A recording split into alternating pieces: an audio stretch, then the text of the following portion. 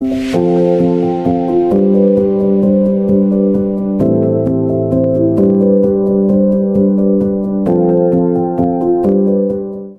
mulai Dhammatalk acara Dhamma malam ini, mari kita memberikan penghormatan kepada Guru Agung kita Sang Buddha dengan mengucapkan Namo Tassa 3 kali.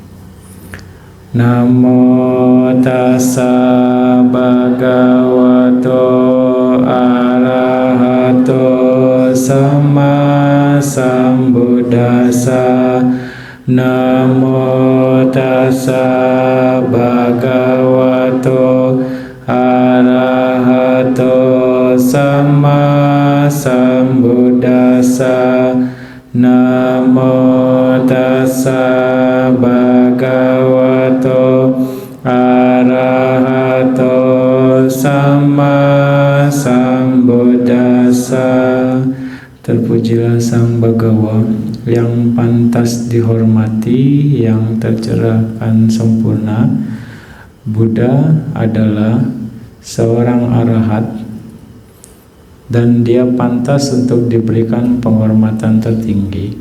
Semua makhluk termasuk para dewa dan Brahma menghormati Buddha karena Buddha yang terunggul telah melenyapkan semua kekotoran batinnya yang menjadi tercerahkan sempurna dengan usaha sendiri melalui perealisasian 4 kebenaran mulia. Memiliki diberkahi dengan 6 kualitas kemenangan tertinggi, yaitu Isariya atau supremasi atau keunggulan, Dhamma, pengetahuan yang merupakan jalan menuju Nibbana, Yasa, terkenal, termasyhur dan banyak pengikut, Siri, penampakan atau penampilan mulia, Kama, kekuatan pencapaian atau kesempurnaan, dan Payata, perhatian yang tekun. Sadu, sadu, sadu.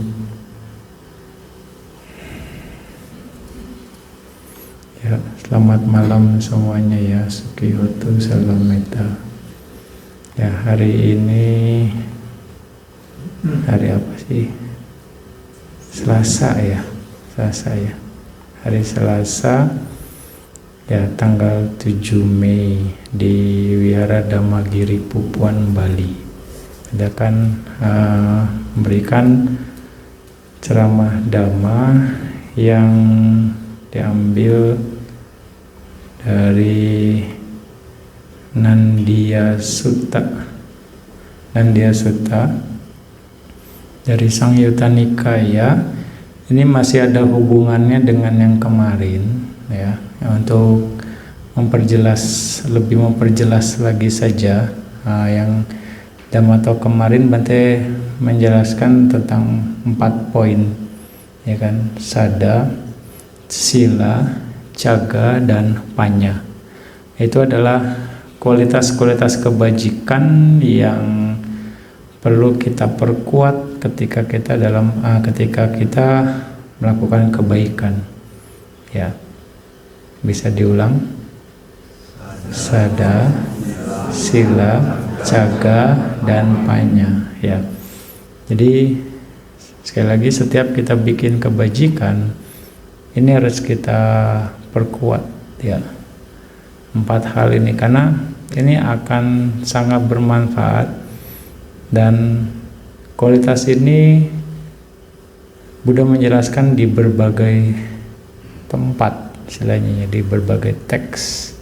Ternyata nggak hanya misalnya cuma berdana saja, nggak hanya cuma jaga sila saja, nggak hanya cuma misalnya meditasi saja, kira-kira seperti itu. Nggak cuma misalnya volunteer service saja, nggak cuma hanya misalnya pelimpahan jasa saja, tapi muatan-muatan dalam kebajikan itu pun kita perlu isi. Salah satunya adalah yaitu tadi Sada, Sila, Caga, dan Panya. Nah, di dalam Nandiya Sutta ini diperjelas lagi bagaimana yang dikategorikan sebagai sada. Ya, sada. Nah, Uh, di sini pada saat itu ya, di dalam Nandiya Sutta ini saat itu Buddha ada di Taman Nigroda. Di Taman Nigroda di Kapilawatu. Ya, di sana Buddha bertemu dengan Nandiya, orang Sakya. Ya, karena di Kapilawatu ini kan suku Sakya. Ya, tempat asalnya Buddha bisa dikatakan. Dan Nandiya ini mendekati Sang Bhagawa lalu memberikan hormat kepada beliau dan duduk di satu sisi, lalu berkata kepada Buddha, ya, dan dia bertanya,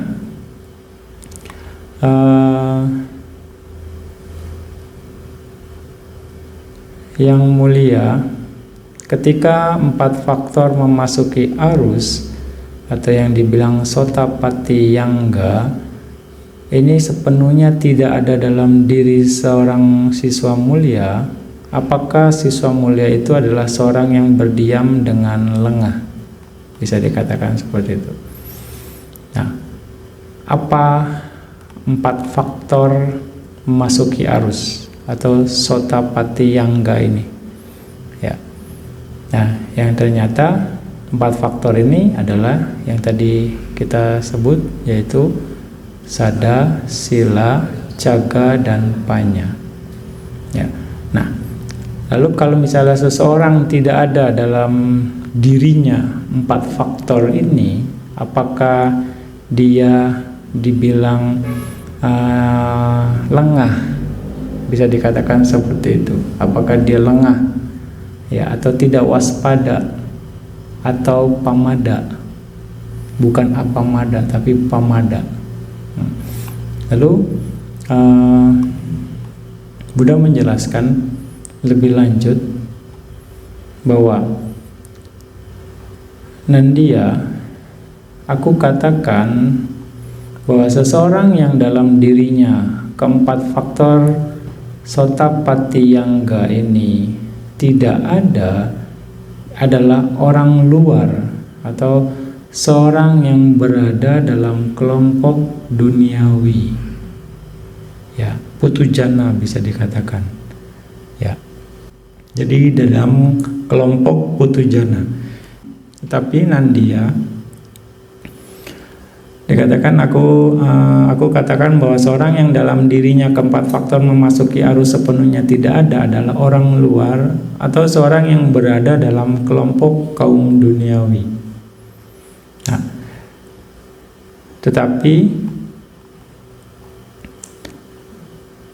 Nandiya, sehubungan dengan bagaimana seorang siswa mulia dengan seorang siswa mulia atau seorang murid adalah seorang yang berdiam dengan lengah dan seorang yang berdiam dengan tekun atau dengan kewaspadaan. Jadi ada ketika seseorang memiliki 4 ini, dia bisa jadi dikategorikan sebagai lengah atau tekun atau penuh kewaspadaan. Nah, bagaimana kategorinya? Bisa dikatakan seperti itu. Ketika ada bisa dibilang ketika 4 poin ini tidak ada, yaitu Sada, Sila, Caga, dan Panya ini tidak ada, ini bisa dikategorikan sebagai orang luar, ya, atau putujana. Putujana, ya, orang manusia biasa, umat awam biasa. Nah, ketika putujana ini memiliki 4 faktor ini, ada kategori lagi dia lengah atau tidak waspada. Dia lengah atau dia penuh kewaspadaan. Dia pamada atau apamada dalam bahasa Palinya. Pamada itu lengah, tidak waspada. Apamada itu waspada, tidak lengah. Nah, bagaimana kategorinya? Ya, bisa tangkap nih ya ininya ya. Oke. Lalu Buddha menjelaskan bahwa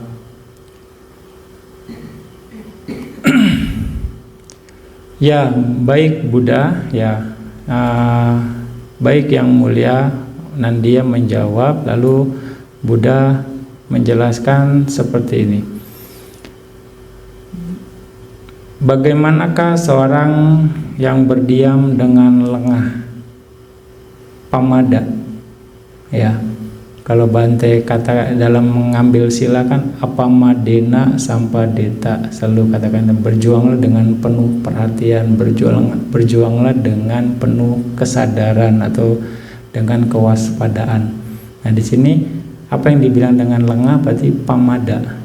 Bagaimana yang dibilang dengan pamada ini sendiri atau lengah? Nah, dikatakan bahwa seorang yang dibilang lengah adalah mereka memiliki keyakinan kepada Buddha, ya, keyakinannya seperti yang kemarin, ya, itipiso bhagawa arahang sama sambuddho wijajarana sampano sugato lokawidu anutaro purisa dhamma sarati sata dewa manusanang buddho bhagawa. Artinya dia punya sada sebagai dasarnya, sebagai landasannya kepada Buddha, ya. Lalu dia puas dengan keyakinan yang kuat tersebut kepada Buddha. Dia puas, tapi dia akhirnya karena keyakinan yang kuat ini, dia puas dengan keyakinan kuat pada Sang Buddha, dia tidak berusaha lebih lanjut dalam keterasingan siang hari, juga tidak dalam keheningan malam hari. Ya, ketika ia berdiam dengan lengah demikian, maka tidak ada kegembiraan. Artinya dia ya cuma yakin saja, lalu enggak berusaha berjuang. Ya, ini sepertinya enggak termasuk Anda saat ini begitu retret, kan Anda siang malam ini berjuang. Ya, jadi selagi retret Anda aman, termasuk apamada. Bangun pagi-pagi gitu kan. Ya, kira-kira nanti kalau setelah retret nggak tahu nih ya. Anda yakin punya sada, tapi ya udah malas meditasi pastinya. Gitu. Nah, ketika retret masih aman, makanya cocok ya. Biasa katakan kondisi ini untuk kita semua di sini. Dia bilang ini menunjukkan bahwa nggak cuma hanya punya keyakinan yang kuat, tapi bentuk aplikasi dari keyakinan itu adalah berusaha lebih lanjut dalam keterasingan. Ya, keterasingan, nekama. Ya di sini. Ya, dalam nekama itu sendiri ya. Oke, ya, dalam keterasingan atau nekama seperti Anda, seperti kita semua di sini. Saat ini kita mengasingkan diri dari dunia luar, bisa dikatakan. Nah, dan Anda berusaha dengan tekun. Nah, kalau yang dibilang lengah, dia tidak berusaha lebih lanjut dalam keterasingan di siang hari, juga tidak dalam keheningan malam hari. Ya mungkin saja dia dihajar sama kilesa, males lah atau gimana lah, khawatir lah atau bagaimana lah, dia nggak mau berusaha lebih lanjut. Nah, ketika ia berdiam dengan lengah demikian, maka tidak ada kegembiraan. Ya, ketika tidak ada kegembiraan, maka tidak ada sukacita. Ketika tidak ada sukacita, maka tidak ada ketenangan. Ketika tidak ada ketenangan, maka dia akan berdiam dalam penderitaan. Ya. Ketika ia berdiam dengan lengah demikian, maka tidak ada kegembiraan. Bante ulang. Lalu ketika tidak ada kegembiraan, maka tidak ada sukacita. Ketika tidak ada sukacita, maka tidak ada ketenangan. Ketika tidak ada ketenangan, maka ia berdiam dalam penderitaan. Nah, ini sistematisnya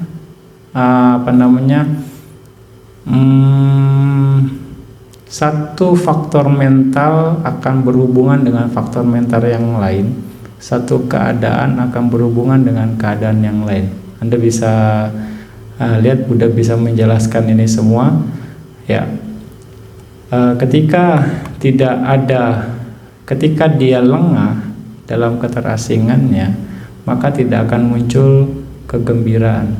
Ketika nggak ada gembira, maka tidak ada sukacita ya. Ketika tidak ada sukacita, maka tidak ada ketenangan. Ketika tidak ada ketenangan, maka ia akan berdiam dalam penderitaan. Ya, di sini poin-poin ini selalu Buddha menjelaskan dengan secara sistematis gitu ya. Tasa ewang pamatasa wiharato pamojang nahoti pamoje asati piti nahoti. Nah, di sini kegembiraan pamoja, piti sukacita, nahoti enggak ada. Piti ya asati pasadi nahoti. Ketika enggak ada sukacita, maka pasadi enggak ada, ketenangan enggak ada. Pasadia asati, ketika enggak ada batinnya enggak tenang, maka dia akan diam dalam penderitaan. Dukang wiharati, diam dalam penderitaan. Ya, lalu berikutnya, ketika pikiran yang menderita, maka tidak akan terkonsentrasi. Ya, ketika pikiran tidak terkonsentrasi, maka fenomena-fenomena tidak teramati. Maka dia dikenal sebagai seorang yang berdiam dengan lengah. Itu dikategorikan. Benar nggak? Kalau badan lagi sakit-sakit emang bisa konsentrasi. Iya, ya kan, nggak tenang jadinya kan, susah buat konsentrasi. Nah, kira-kira maka kita nggak tahu, nggak bisa mengamati napas seperti ini, napas seperti itu, karena ya menderita, bisa dikatakan menderita juga di sini. Ya bisa saja gelisah, khawatir, atau lagi dihajar sama kilesa, maka kita nggak bisa berkonsentrasi. Makanya penting untuk menenangkan pikiran kita dalam meditasi. Nah, pikiran yang tenang itu salah satu faktornya adalah ya ada kebahagiaan di sana. Jadi kita harus happy dalam melakukan sesuatu yang kita lakukan ini sendiri. Artinya kita mengerti tujuan latihan kita. Nah, untuk bisa jadi happy, kita penuh waspada, lakukan lagi terus berjuang. Masa sih nggak bisa gitu, kira-kira gitu kan. Nah, itu yang dibilang hidup dalam apamada, kewaspadaan. Nah, ini yang dibilang pamada, lengah. Rentetannya akan ke sana. Ketika kita tidak berjuang dengan baik, gitu ya, tidak berjuang, ya nggak akan bisa mencapai ke sana. Sekali lagi, ya, makanya Bante selalu katakan nothing is impossible. Nggak ada yang nggak mungkin, pasti bisa. Cuma memang cepat atau lambat saja ya, hanya masalah proses. Sekali lagi. Nah, ini juga Buddha menjelaskan ini untuk meyakinkan kita gitu. Buddha adalah seorang motivator yang unggul. Kalau Anda bisa mempelajari semua ininya Buddha selalu memberikan penilaian yang objektif. Ya, dengan segala sesuatunya, kalau kondisinya pas, semuanya pasti bisa, semua akan terjadi. Nah, ini Buddha menjelaskan bagaimana ketidakberhasilan terjadi karena satu faktor di awal, kelengahan. Ya kan? Karena kelengahan, karena tidak mau berusaha. Dia punya sada, dia punya potensi, dia punya nilai-nilai baik, tapi tidak dilanjutkan. Ya. Tidak dilanjutkan ke tahapan berikutnya, nilai-nilai itu sendiri. Mau dibilang istilah orang sekarang mungkin no action talk only, NATO. Nah, saya punya sada, yakin, tapi nggak berjuang, nggak waspada. Nah, bisa dikatakan, ya mungkin pintar teori saja, mungkin saja, tahu banyak teori tapi nggak praktekin. Bisa juga seperti itu. Nah, itu salah satu dia lengah dari sisi pati variasinya dari sisi praktek. Bisa dikatakan bagaimana dia misalnya dia tidak merasakan, tidak punya pengalaman bagaimana ngatasin sakit dalam meditasi. Dia nggak punya pengalaman secara langsung bagaimana menghadapi pikiran yang kesana kesini dalam meditasi. Saya harus bagaimana nih? Kira-kira seperti itu. Dia nggak punya pengalaman bagaimana ketika rasa malas nyerang dalam meditasi, rasa kantuk nyerang dalam meditasi, ya kan? Kalau nggak praktek, kalau nggak langsung, nggak ngerti kan? Oh, ketika Anda sudah praktek, ngerti. Oh, begitu penuh perjuangannya saya, ya kan? Untuk terus menghalau semua halangan, untuk mencari solusi. Nah, bagaimana berikutnya supaya saya bisa lebih baik lagi. Nah itu dalam meditasi. Ya, jadi dengan terus berusaha, Anda akan dapat pengalaman sesungguhnya. Anda akan menambah banyak hal. Anda akan tahu banyak hal sehingga akan mengerti banyak hal juga. Sehingga Anda akan mendapatkan pengalaman itu sendiri. Maka dikatakan pengalaman itu berharga. Betul enggak? Anda setuju enggak meditasi ini lebih capek dari kerja ya? Pada duduk diam aja badannya sakit-sakit. Logikanya di mana gitu? Ya kan? Kalau nggak ngalamin langsung, Anda nggak yakin. Meditasi kan enak, diem, tenang, iya. Makanya banyak orang di awal-awal bilang, saya mau meditasi, mau menenangkan pikiran saya. Ya silakan aja coba. ya lihat, Anda bisa stres kalau nggak bisa ngontrol pikiran ya. Nah itu banyak kan umum seperti itu kan, nggak taunya sakitnya, malesnya, ngantuknya mesti dihajar.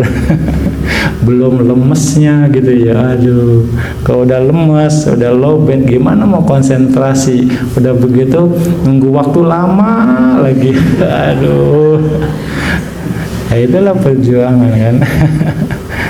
Nah itu. Nah inilah seninya ya. Karena mengalami langsung, ya kita bisa mengetahui proses itu sendiri. Nah, makanya terus berusaha. Nah, mereka yang dibilang lengah adalah mereka yang punya keyakinan terhadap Buddha, Dhamma ataupun Sangha, tapi tidak mau berjuang. Sekali lagi. Nah, tidak mau berjuang sehingga mereka tidak ada kegembiraan ya kan di sana, sehingga ya runtutannya lagi tadi karena nggak gembira mereka jadi akhirnya ujung-ujungnya pikirannya tidak terkonsentrasi. Karena pikirannya tidak terkonsentrasi maka fenomena-fenomena tidak teramati. Nah itulah seorang yang berdiam dengan lengah ya. Mudah-mudahan Anda nggak termasuk lah ya saat ini ya, karena Anda kan berjuang. Ya setidaknya itu ya. Jadi dengan cara yang sama, yaitu ya ini pada siswa memiliki keyakinan kuat pada Dhamma juga Sangha. Nah juga di sini faktor berikutnya, mereka memiliki moralitas yang disenangi oleh para mulia, tidak rusak dan mengarah pada konsentrasi. Ya, ini yang bagi yang lengah. Puas dengan moralitas yang disenangi para mulia itu, ia tidak berusaha. Ya, berikutnya sama, dia punya sada yang kuat juga pada Dhamma dan juga Sangha, dan dia juga jaga silanya dengan baik, menjalankan silanya dengan benar. Tapi sekali lagi ya, dia tidak berusaha lebih lanjut dalam keterasingan di siang hari, juga tidak dalam keheningan malam hari ya. Nah akhirnya sekali lagi maka tidak ada kegembiraan, lalu yang lain-lain sehingga akhirnya tidak ada konsentrasi dan akhirnya tidak bisa melihat semua fenomena Dhamma, itulah seseorang yang berdiam dengan lengah. Ya, jadi faktor sada, punya sada tapi tidak bisa mengaplikasikan sadanya dengan baik, itu juga kelengahan. Punya menjalankan sila dengan baik tapi tidak berusaha diterjemahkan, diaplikasikan dengan baik, juga faktor-faktornya itu, kekuatannya itu atau potensinya itu juga dikategorikan sebagai kelengahan. Nah, inilah hebatnya Buddha. Buddha menjelaskan dasarnya, lalu didorong sedikit. Nah, Anda udah tahu kan nih? Udah tahu kategori mana yang lengah, mana yang tidak lengah. Anda sudah masuk memori Anda nih. Oh, kalau saya nggak praktek, saya jaga sila. Tapi saya nggak praktek, wah saya lengah dong. Nah, ya kan? Ada catatan itu. Ini akan menggugah hati Anda. Wah, berarti saya kategori lengah. Enggak lah, saya mau praktek. Nah, hebatnya Buddha. Didorong terus. Makanya harus bertahap ya. Nah, oke. Itulah yang dikategorikan yang berdiam dengan lengah. Lalu bagaimana seseorang yang berdiam dengan tekun atau dengan kewaspadaan? Apa mada kategorinya?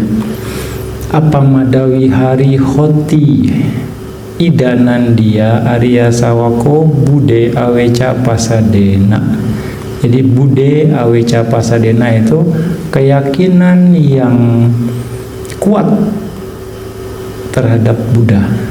Seorang yang memiliki keyakinan kuat pada Sang Buddha, ya, seperti yang kemarin, ya, yang waktu dia matok yang lalu, yaitu piso bagawa arahang sama sambudo wijacarana sampano sugatolo kawidu anutaro purisa dhamma sarati sata dewa manosanang budo bagawa.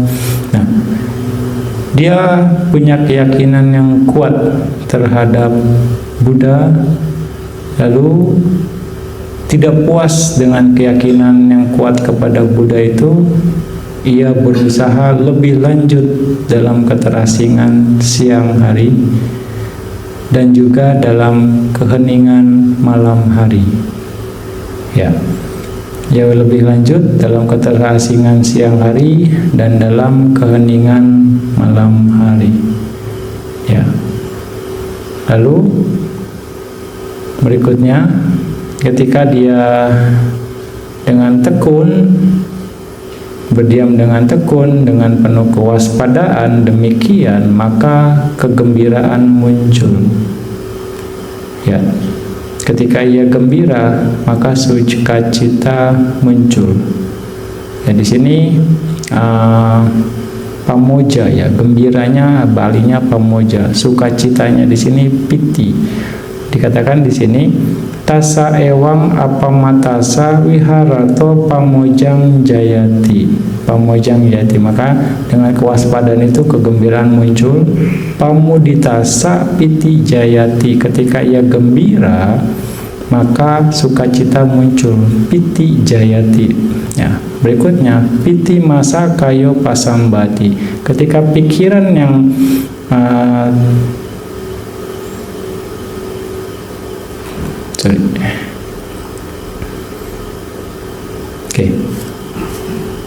ketika pikiran yang terangkat oleh sukacita, maka batin jasmani akan tenang. Ya, ketika pikirannya jadi tenang, seorang bisa mengalami kebahagiaan. Ya. Seorang bisa mengalami kebahagiaan. Ketika pikiran bahagia, itu akan menjadi terkonsentrasi. Ketika pikiran terkonsentrasi, maka fenomena-fenomena akan bisa teramati. Karena fenomena-fenomena teramati, maka seorang yang tenang dalam jasmani akan mengalami kebahagiaan. Pikiran dari seorang yang berbahagia akan menjadi terkonsentrasi. Ketika pikiran terkonsentrasi, maka fenomena-fenomena bisa teramati. karena fenomena teramati, maka dia dikenal sebagai seorang yang berdiam dengan tekun atau kewaspadaan. Ya, ketika pikiran Anda tenang, Anda akan bisa tahu, oh ini napas, oh ini napas masuk, ini napas keluar, oh ini napas kasar, ini napas halus, oh ini napas panjang, ini napas pendek. Kira-kira seperti itu. Anda akan bisa mengamati semua fenomenanya dengan baik. Oh ini pikiran mengembara, oh ini sensasi panas, oh ini sensasi yang lain, oh ini keras, oh ini misalnya ini halus lembut. Dengan tenang Anda akan bisa mengamati itu dengan baik. Nah, dengan apalagi dengan terkonsentrasi, ya, maka fenomena-fenomena teramati. Nah, dengan begitu Anda terus mengabaikan semua fenomena itu, hanya mengetahui napas masuk, napas keluar saja, ya, maka konsentrasi Anda akan terbentuk. Kira-kira seperti itu. Ya, di sini runtutannya sekali lagi, secara sistematisnya semua fenomena-fenomena Dhamma akan bekerja. Makanya kalau kita mengamati ini, ketika satu Dhamma bergerak, maka Dhamma yang lain juga akan mengikutinya. Nah, Anda harus yakini ini, ya. Karena nggak mungkin kita atur-atur begini, kayak kita mau habis ini harusnya begini, harusnya sebegini. Ini sudah ada mekanismenya sebenarnya. Yang penting Anda jalanin aja dengan baik. Semuanya akan bekerja dengan sendirinya. Kira-kira seperti itu. Ya. Nah, itu yang harus kita yakini. Makanya keyakinan terhadap Buddha, Dhamma, dan Sangha itu juga harus kita perkuat. Ya sudah. Istilahnya makanya Guru Bante selalu katakan, kerja dulu, jangan ngarepin gajian gitu. Maunya hasil terus gitu. Ini Bante nggak maju-maju saya meditasinya, jadinya mau ngarepin maju terus itu. Kerja aja dulu. Masalah hasil nanti, kalau kerja benar pasti digaji nantinya gitu. Ya itu terus saja. Nah, oke, inilah yang dibilang berdiam dengan tekun atau dengan penuh kewaspadaan. Ya. Dengan cara yang sama, dia juga punya keyakinan yang kuat pada Dhamma dan juga Sangha. Lalu dia juga seorang ini memiliki moralitas yang disenangi oleh para mulia, tidak rusak, ya. Dan moralitas ini mengarah menuju konsentrasi. Nanti sudah jelaskan bagaimana sila itu bisa mendukung konsentrasi seseorang. Ya, karena kebajikan yang luar biasa yang dihasilkan ketika seorang menjalankan silanya, maka pikirannya itu akan penuh kebahagiaan, kegembiraan, karena banyak kusala cita yang dihasilkan di dalam pikiran seseorang. Seorang yang penuh kegembiraan, balik lagi, dia akan ada kegiurannya, ada pitinya. Seorang yang piti itu akan batinnya fleksibel. Seorang yang batinnya fleksibel itu akan mudah tenang. Seorang yang mudah tenang akan mudah untuk berkonsentrasi. Nah, ini nyambung. Ya kan, seorang yang berkonsentrasi akan bisa melihat Dhamma sebagaimana adanya. Ini masalah sila. Ya kan? Begitu juga ya, Anda punya sada dengan kegembiraan. Poinnya di sana. Ya kan? Pamoja piti pasadi. Pasadi pasambati. Sukang citang samadi, sukino citang samadiyati. Terus ya, kira-kira seperti itu ya. Bisa paham ini ya, kira-kira ya. Ini petunjuk yang sangat jelas dan sangat baik, dan itu akan berlaku di semua hal. Makanya kadang ya mungkin di umum juga sering ya, kalau kita mau ngerjain sesuatu yang kita bikin happy, bisa dikatakan, karena dengan begitu kita akan enak ngerjainnya ya kira-kira gitu. Makanya nikmatin pekerjaan Anda, nikmatin napas Anda ya. Kira-kira ya, Anda harus happy dengan napas. Nah, Anda harus happy dengan objek meditasi Anda. Nah, kira-kira seperti itu. Oke, lalu sekali lagi, tidak puas dengan moralitas yang disenangi para mulia, artinya di sini sada terhadap Buddha, Dhamma, dan Sangha, dan dia juga punya sila, dia menjalankan moralitasnya dengan baik. Dan tidak puas dengan itu, dia berusaha lebih lanjut dalam keheningan, dalam keterasingan di siang hari dan dalam keheningan malam hari. Ketika ia berdiam dengan tekun, kewaspadaan demikian, maka kegembiraan muncul dan sebagainya, sehingga fenomena teramati, maka ia dikenal sebagai seorang yang berdiam dengan tekun atau dengan kewaspadaan. Ya, kira-kira seperti itu. Jadi sekali lagi, di sini Sutta ini menjelaskan tentang sada terhadap Buddha, Dhamma, dan Sangha. Bagaimana aplikasi dalam menerjemahkan sada itu sendiri? Kita harus berjuang, kita harus tanpa lengah, gitu kan? Berusaha, ya balik lagi ini karena berhubungan dengan keterasingan, nekkhamma, ya meditasi itu sendiri bisa dikatakan. Nah, meditasi atau Anda ikut retret, Anda jaga sila, ini bentuk sada Anda sesungguhnya, disadari atau tidak disadari. Ada yang memang ya sengaja retret, niat retret, atau cuma sekedar ya yang penting ada retret di Bali, pergi aja deh. Ya kan, ini kan macam-macam niatnya kan, ya tapi oke juga. Nah, ini mendrive Anda ke sini gitu kan.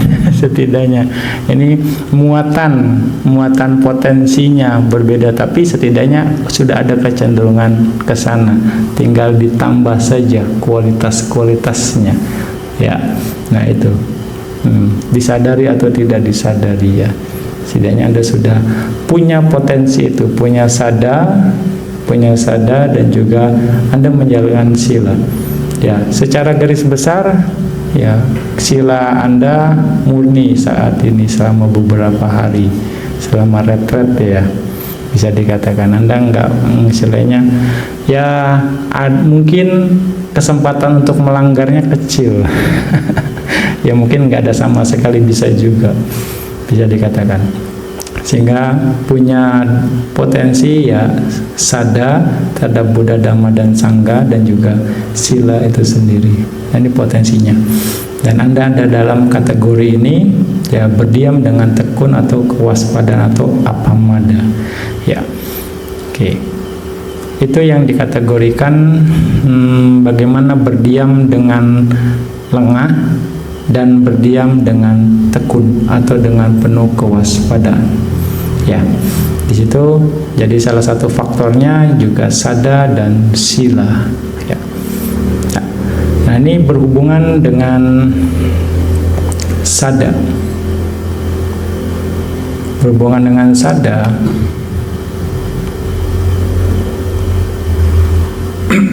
Ada 4 jenis sada.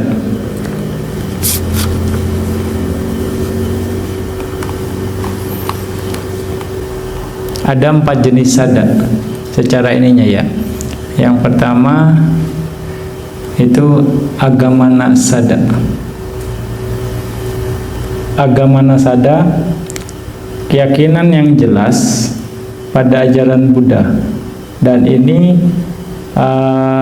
yang dimiliki oleh para bodhisatta dan juga para Arya. Agamana sada ya. Yang kedua itu adalah adigama sada, keyakinan karena penembusan. Ya, keyakinan karena penembusan dengan merealisasi jalan Maggapala. Ya, ada jalan atau hasil atau buah, merealisasi Maggapala. Ya, ketika seorang mencapai Sotapanna, Sakadagami, Anagami, dan Arahat, ya, ini adalah adigama sada. Kalau yang pertama itu bodhisatta dan juga sama Sambuddha, bisa dikatakan. Yang agamana sada. Tapi bisa dikategorikan juga sebagai adigama sada juga, ketika seseorang sudah mencapai kebudahan itu sendiri. Ya, bisa di dalam 2 kategori ini. Lalu yang ketiga adalah okapanasada, keyakinan yang sepenuhnya atau terang-terangan atau dengan tekad penuh. Keyakinan yang sepenuhnya atau terang-terangan atau dengan tekad penuh mempercayai dan bergantung kepada Buddha, Dhamma, dan Sangha. Ya, keyakinan tak tergoyahkan atau acala terhadap kualitas Buddha, Dhamma, dan Sangha. Keyakinan yang sangat penting ya untuk memenuhi komitmen terhadap 3 tahapan latihan, yaitu sila, samadhi, dan panya. Dalam subkomentar Mahaparinibbana Sutta, keyakinan karena tekad atau ketetapan hati seperti menyelami dan masuk ke dalam kelandasan keyakinan, lalu muncul atau timbul dengan tingkah laku. Ya, lalu yang keempat, jenis sada yang keempat adalah pasada sada. Tanpa keinginan, berkomitmen dan menghormat pada ajaran Buddha. Juga tidak cukup kuat untuk tidak diselingi oleh keraguan. Dan menyukai atau masih menghormat ajaran dari guru-guru yang lainnya. Dan tidak dapat mendukung untuk memenuhi komitmen terhadap 3 tahapan latihan, walaupun dapat mendukung untuk melakukan persembahan yang luar biasa. Artinya sebagai donatur saja kira-kira. Ya, tidak untuk dalam praktek. Ya, untuk yang pasada sada itu sendiri. Nah, yang mana yang Anda?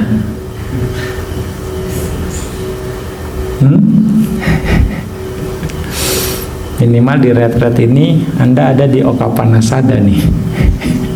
Kan komitmen kan, ya, ngambil sila dengan baik, latihan sila, samadhi, dan panya.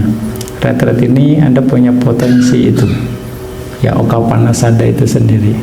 Keyakinan yang sepenuhnya, terang-terangan dengan tekad penuh, ambil 8 sila. Kalau enggak dipulangin. Anda nggak ikutin jadwal, disuruh pulang sama Celi ntar. ya setidaknya lah, setidaknya Okapanasada. Nah, makanya bisa dikatakan karena kondisi ya, akhirnya kita bisa membuat potensi yang baik. Mungkin ada, memang ada juga punya sada yang kuat, tapi putujana sangat sulit. Sadanya swing. Ada yang anginnya kemana, ya dia akan ikut.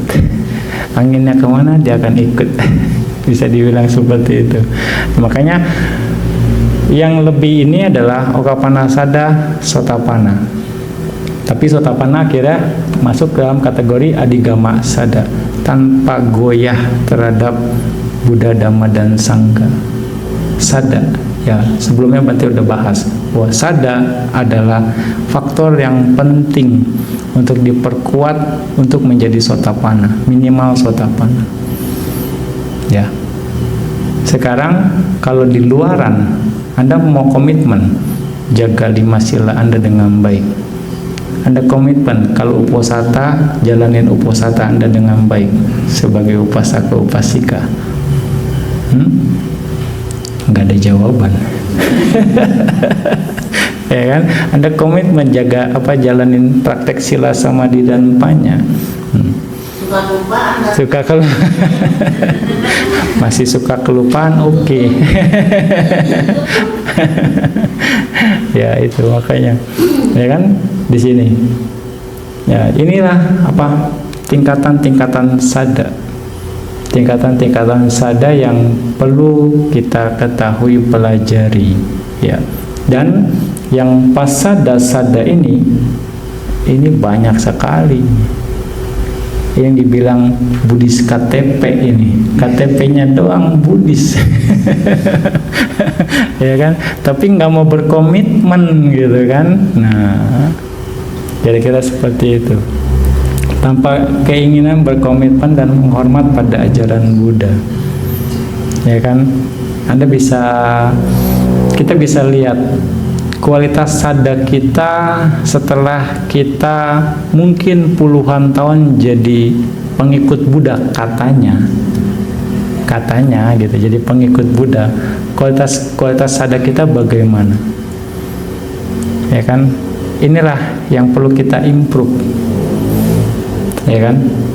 Kenapa perlu? Karena ini balik lagi, seorang yang punya sada akan, nah seperti di sini dikatakan dalam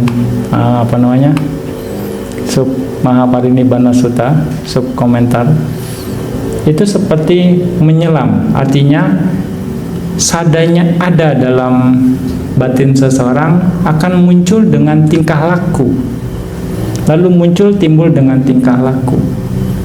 Ketika sada itu ada, sudah meresap, tingkah lakunya apa? Dia mau jaga sila dengan baik, dia mau praktek dhamma, dia pegang dhamma sebagai pegangan hidupnya, pedoman hidupnya, bisa dikatakan di sini. Karena yakin dengan penuh memenuhi komitmen, keyakinan sangat penting untuk memenuhi komitmen. Oke, saya sebagai upasaka upasika akan jaga 5 sila saya dengan baik. Saya sebagai upasaka upasika akan melaksanakan setiap hari uposata, akan melaksanakan uposata sila. Dikatakan seperti itu. Karena memang upasaka, upasika itu memang judulnya adalah upasaka, artinya yang dekat dengan guru seharusnya. Ya, upasaka itu yang dekat dengan guru artinya. Dekat dengan guru apa? Yang mempraktekkan ajarannya. Ya, Buddha mengajarkan dhamma. Dhamma salah satunya adalah sila. Ketika Anda misalnya sebagai upasaka tidak jaga sila, Anda nggak berkomitmen, ya kan? Ini nggak konsisten. Bagaimana dengan sada yang seperti itu? Nextnya, Anda mau ketemu ajaran Buddha lagi di kehidupan berikutnya dengan kualitas sada yang rendah. Coba, logis kan? Kira-kira kepengen nanti ketemu ajaran Buddha di kehidupan berikutnya, tapi praktek damanya nggak mau gitu. Gimana mau bikin potensi yang kuat, mau dikatakan ya? Ya kan rata-rata begitu. Nanti dah mungkin saya ketemu Buddha Meteya. Nanti Buddha Meteya aja saya mencapai arahatnya nantinya gitu. Tapi sadanya kurang, sadanya lemah. Gimana mau ketemu? Gimana cantolannya gitu loh, ya kan? Gimana ada cantolannya, gimana ada guide-nya, gimana ada tempelannya. Ya, entah kalau seperti itu, entah kemana ya, entah berantah. Ya, itulah pengertian sada yang harus kita bangun ya. Ya, artinya sekali lagi pelaksanaan sila salah satu dasarnya. Kita mau berkomitmen terhadap ya dhamma itu sendiri. Sebenarnya praktek yang Buddha ajarkan itu adalah dimulai dari ini sila, samadhi, dan panya. Tapi kebanyakan orang maunya dari dana. Ya, dana saja yang kenapa? Paling gampang. Paling gampang, paling mudah, udah punya barang lempar, serenya kasihin, selesai. Nggak ada komitmennya gitu. Ya enggak. Padahal dana ini Buddha mengajarkan dana bagi mereka pemula bisa dikatakan, atau bagi yang kualitas batinnya itu masih kasar. Jadi untuk ngamplas kualitas batin yang kasar itu sendiri supaya mereka punya meta, siap untuk menjaga sila dengan baik.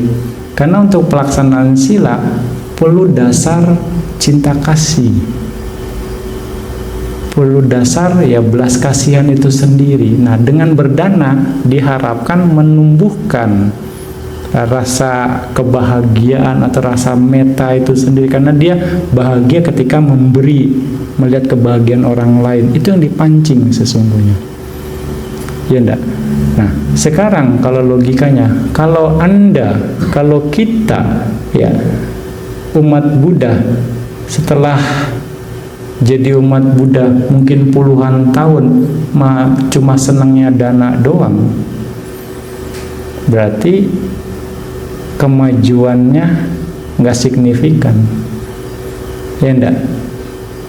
Anda stuck di sana, berarti kalau mau dikategorikan Dhamma nggak cocok buat Anda. Karena damanya nggak bikin Anda maju, nggak jadi berkualitas. Pertimbangkan itu. Ya enggak? Ya, harusnya Dhamma akan memberikan manfaat bagi yang mempraktekannya. Damanya ada, makanya yang kemarin Bante katakan, ketika kita tidak berhasil dalam praktek Dhamma, jangan salahin damanya. Damanya sudah sempurna, hanya mindset kita yang nggak sinkron, yang nggak sejalan, yang nggak selaras dengan muatan Dhamma itu sendiri. Berarti yang harus kita rubah adalah sudut pandang kita. Atau mungkin saja kita punya mental block, karma masa lampau yang jadi penghalang kita untuk tidak bisa mempraktekkan Dhamma dengan benar, dengan baik, walaupun ada peluangnya. Bisa saja mental block itu menghalangi, atau ada karma penghalang, atau karma penghambat, bisa saja. Kira-kira seperti, makanya beruntung ketika kita semua ini bisa ketemu Dhamma yang murni. Nah, manfaatkan kesempatan ini dengan baik untuk membentuk potensi-potensi yang baik, membentuk potensi-potensi yang selaras dengan Dhamma itu sendiri, ya. Ya, kemajuan spiritual seseorang itu banyak faktor pendukungnya, banyak faktor juga penghalangnya. Kira-kira seperti itu. Makanya ketulusan dalam praktek Dhamma itulah yang akan membuat kita membuat potensi-potensi baik itu sendiri yang akan nantinya membantu kita dalam praktek berikutnya, keselarasan dengan Dhamma. Ya, logisnya kalau kita praktek dengan benar, pasti jalannya akan mulus, logikanya. Karena Dhamma ini berbanding lurus. Berbuat baik akan mendapatkan kebahagiaan, berbuat buruk akan mendapatkan penderitaan. Ini berbanding lurus semuanya, kira-kira. Nah, kalau memang nggak ini, berarti ada sesuatu yang perlu kita rubah mindset, kita perbaiki dari sisi pengertiannya, dari sisi kebijaksanaannya, ya. Makanya Bante yakin dengan ini, dengan kata-kata nothing is impossible, sekali lagi, nggak ada yang nggak mungkin. Makanya itulah ciri dari Dhamma, Buddha motivator yang unggul, sekali lagi, ya. Kira-kira seperti itu. Nah, ini balik ke sini, ini adalah 4 jenis sada. 4 jenis sada yang perlu kita ketahui semua, kita perlu pelajari sebagai cerminan kita ada di mana posisinya. Ya, sekali lagi dalam retret ini, ya, minimal Anda Okapana sada nih, minimal punya potensi ini. Anda berkomitmen untuk jaga sila, praktek samadhi, sila, samadhi dan panya selama retret, ya. Nah, Anda punya kesempatan. Di luaran setelah retret, Bante nggak jamin deh. Entah swing ini nih, Okapanas ini, terus saja, ya, fluktuatif ini. Misalnya Arya Posata, ada yang kondangan, Bante nggak bisa. Ada ntar repot. Sadanya kalah. Bisa dibilang, ya, kira-kira seperti itu. Ya, itu 4 jenis sada. Makanya kita bisa paham yang mana-mana saja yang dalam ya, menghiasi latihan kita, ya. Jadi banyak faktor yang kita bisa pahami dengan baik. Oke. Setelah meditator dengan tekun berlatih, dengan tekun, dengan penuh kewaspadaan, ya, dengan penuh kewaspadaan karena memiliki sada, karena memiliki sila, nah, maka dia akan tidak lengah, ya. Karena dia tidak lengah, maka dalam Majjhima Nikaya kelompok 2 Sutta nomor 383 dikatakan sebagai berikut: seperti air yang seimbang dan tidak bergoyang atau bergejolak, tidak bermasalah dan murni alamiah, begitu juga para yogi yang tekun atau sungguh-sungguh melepaskan tipu daya, melepaskan sindiran atau melepaskan kepura-puraan, harus sungguh-sungguh tenang, tidak bergejolak, tidak bermasalah, dan betul-betul murni alami.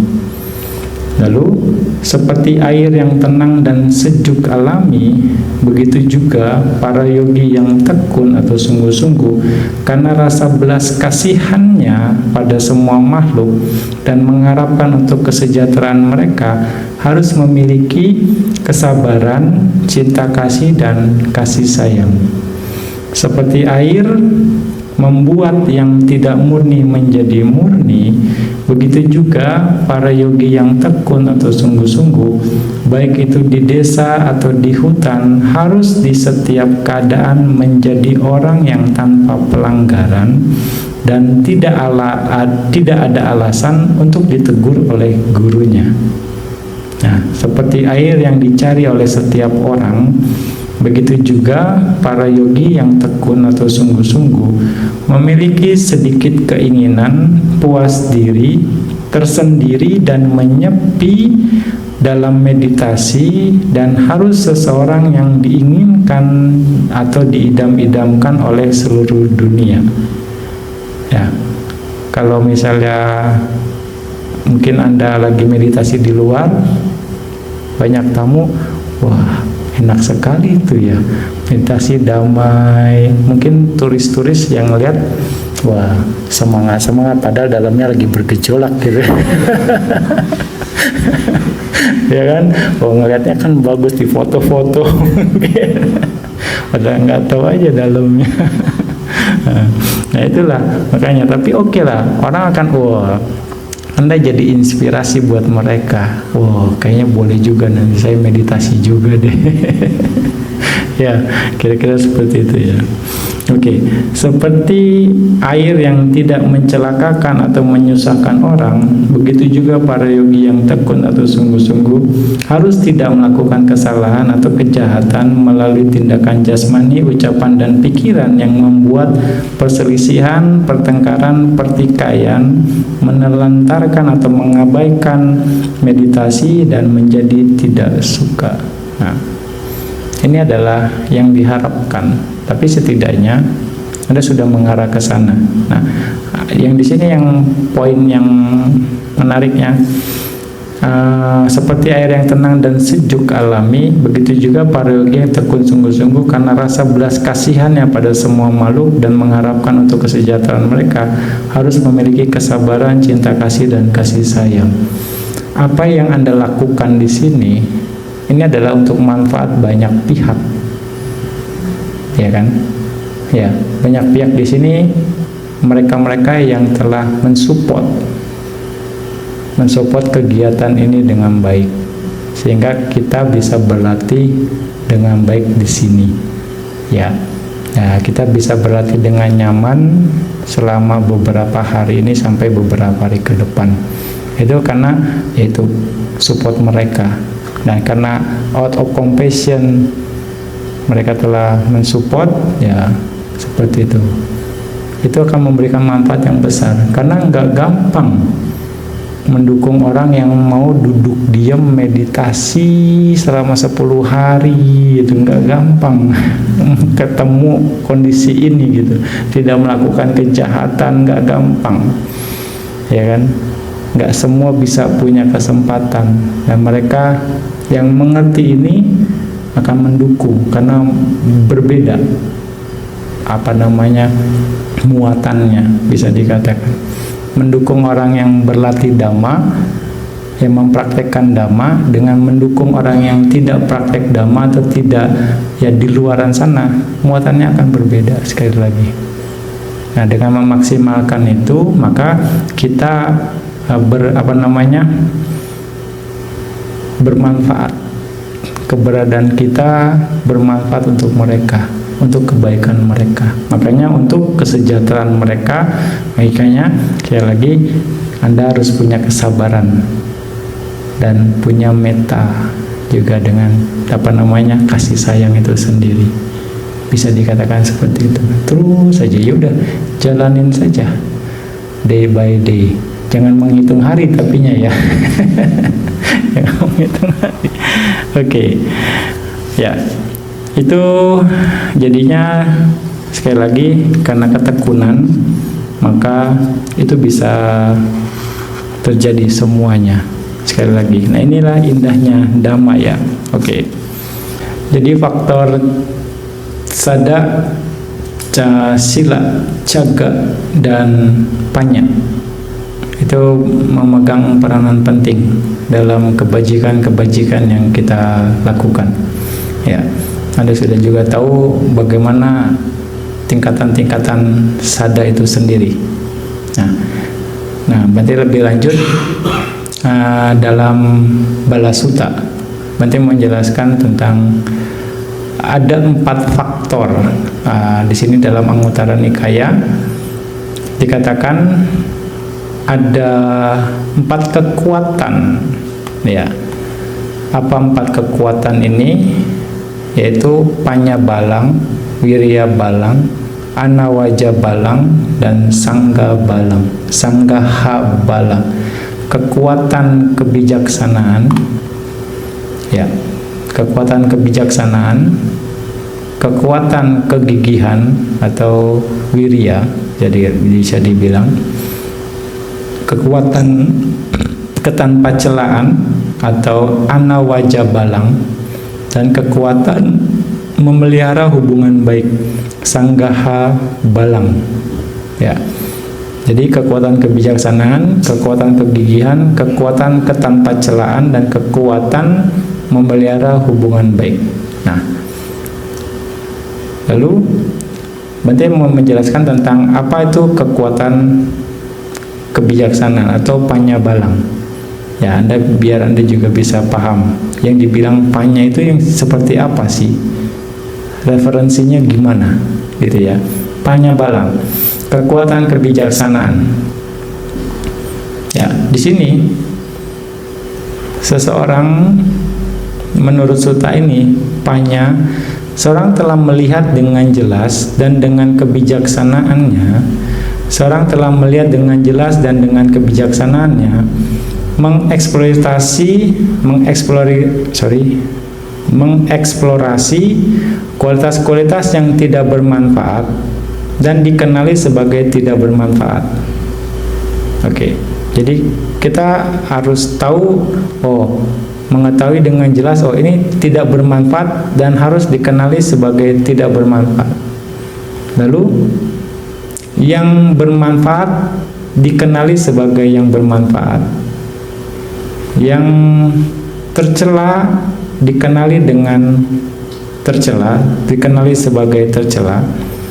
Lalu tanpa cela dikenali sebagai tanpa cela, yang gelap dikenali sebagai gelap, yang terang dikenali sebagai terang, yang tidak boleh dilatih dikenali sebagai yang tidak boleh dilatih, yang harus dilatih dikenali sebagai yang harus dilatih, yang tidak selayaknya dikenali sebagai yang tidak selayaknya, yang layak, yang selayaknya dikenali sebagai yang selayaknya. Inilah disebut kekuatan kebijaksanaan. Ya, artinya salah ya salah, benar ya benar. Jangan, nggak apa-apa, dia memang masih kecil, biarin aja gitu misalnya. Nggak apa-apa, itu begini begitu. Nah, jadi ada excuse-nya. Ya, makanya di sini Dhamma mengajarkan kita hitam-hitam, putih-putih, bukan abu-abu. Gitu ya, nggak ada yang abu-abu di dalam Dhamma. Hitam ya hitam, putih ya putih, benar-benar salah-salah, kusala ya kusala, aku salah ya aku salah. Ini tidak pantas ya memang nggak pantas, ini yang tidak, ini yang pantas memang itu pantas. mana yang sesuai, mana yang tidak sesuai. Nah, kita harus punya data-data itu. Kita harus jelas supaya tidak bingung, tidak ambigu. Di satu kondisi begini kita membenarkan, tapi di kondisi yang lain kita menyalahkan. Nah, ini jadi ambigu. Ya, jadi abu-abu, tidak ada kejelasan. Salah-salah, benar-benar. Kira-kira seperti itu ya. Nah, ketika kita bisa memahami ini dengan baik, itu juga domain dari kebijaksanaan, kekuatan dari kebijaksanaan. Oleh karena itu, kita harus mengumpulkan data yang jelas supaya kita tidak salah memilih, tidak salah menerjemahkan, atau tidak salah mengkategorikan. Ya, kira-kira seperti itu ya. Mana yang jelas, mana yang tidak jelas, mana yang sesuai, mana yang tidak sesuai. Nah, sebagai Buddhis, referensi kita adalah Dhamma sekali lagi. Itu penting. Kalau enggak akan rancu semuanya. Ketika Dhamma mengatakan ini, ya kita harus ya ikut, bisa dikatakan sekali lagi. Ketika Dhamma tidak mengatakan, ya kita tidak boleh setidaknya menilai ini sesuai dengan Dhamma. Kira-kira seperti itu. Nah, ini adalah kekuatan kebijaksanaan. Nah, dengan kekuatan kebijaksanaan itu sendiri, kita harus mengarahkan ke hal-hal yang baik. Nah, dengan kebijaksanaan itu dengan kekuatan kebijaksanaan, sehingga kita bisa memaintain yang namanya yoniso manasikara. Nah, yoniso manasikara inilah yang akan membuat kebijaksanaan muncul dalam pikiran seseorang. Yoniso manasikara. Berikutnya lagi adalah yoniso manasing karo manasikaro. Nah, ini penting untuk memunculkan kebijaksanaan kita atau berpikir yang bijaksana. Ya. Ya, yoniso terdiri dari beberapa kata. Yoni itu bisa dikata artinya patisandi atau sebab penyebab, kelompok agregat atau metode atau cara. Bisa juga rahim, juga bisa kebijaksanaan atau panya. Manasing karo manasikaro, membuat di pikiran, manasikara.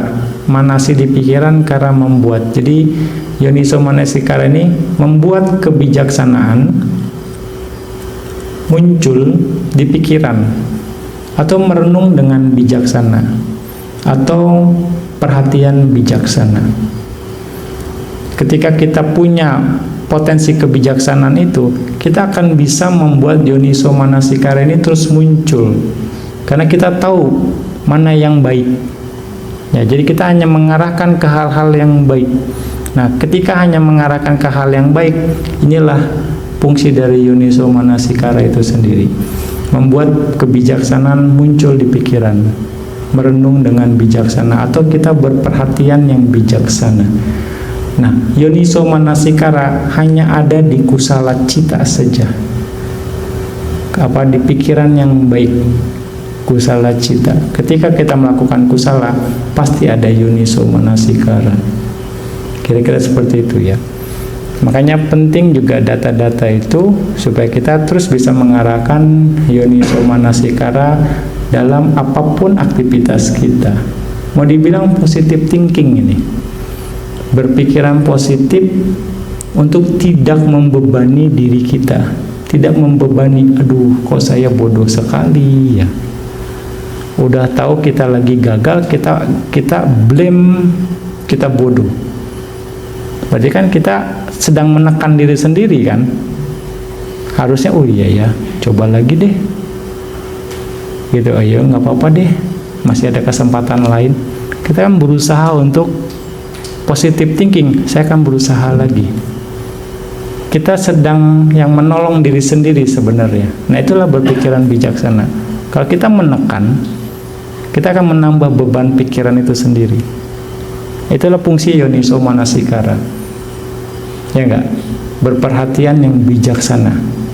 Pasti bisa, coba lagi aja. Gitu.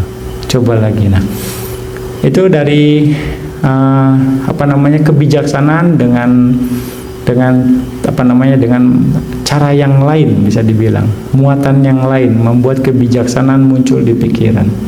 Merenung dengan bijaksana, perhatian yang bijaksana. Itu.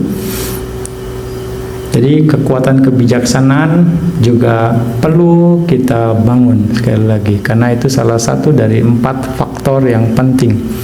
Oke.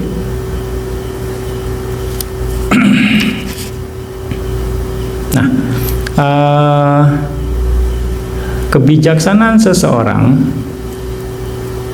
itu juga punya variasinya, ya, kebijaksanaan seseorang.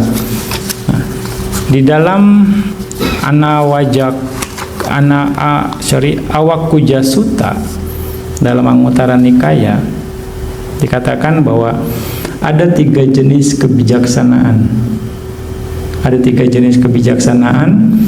Yang pertama itu kebijaksanaan yang seperti pot dibalik.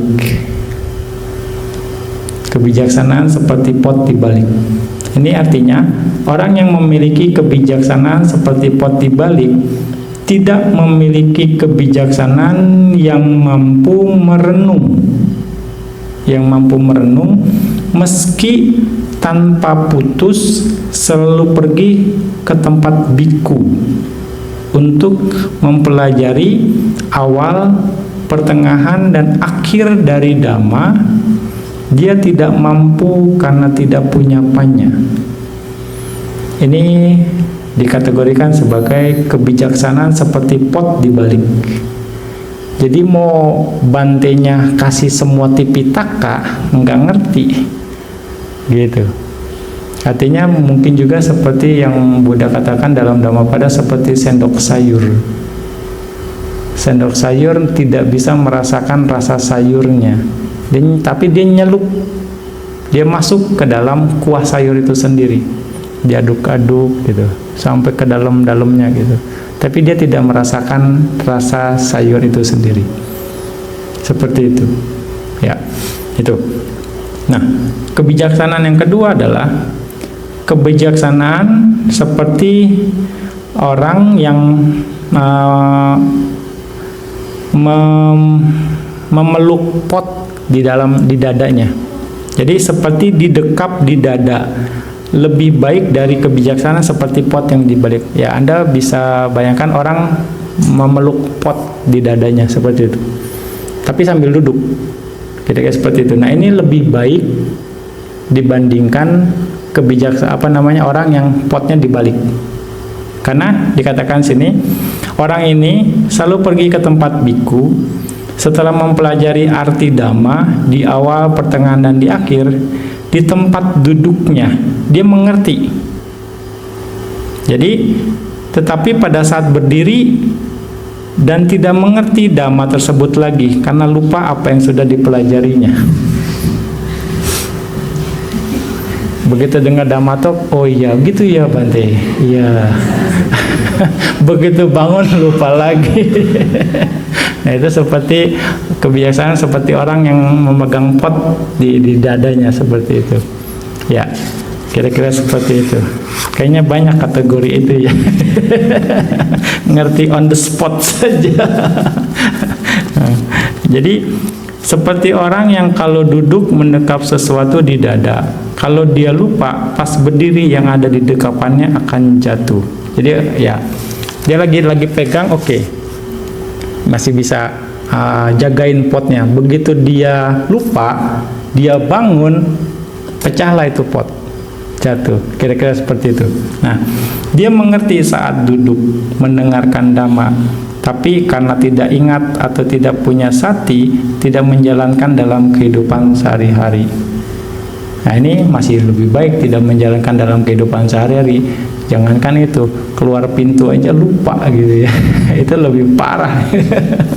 Nah, kira-kira seperti itu. Nah, itu kebijaksanaan yang seperti didekap atau dipeluk di dada. Ya, itu jenis kebijaksanaan. Berikutnya adalah orang yang memiliki kebijaksanaan yang luas, yang paling baik di antara yang lainnya. Setelah dia pergi ke tempat biku mempelajari Dhamma di awal, pertengahan, dan akhir, setelah memahami Dhamma di tempat duduknya, mengingatnya dan memiliki pikiran yang luhur, yang tidak berpandangan salah terhadap Dhamma, bebas dari keraguan akan Dhamma, dapat melatih sila, samadhi, dan panya yang mengarah pada Dhamma adi duniawi dan mampu mencapai akhir dari dukkha.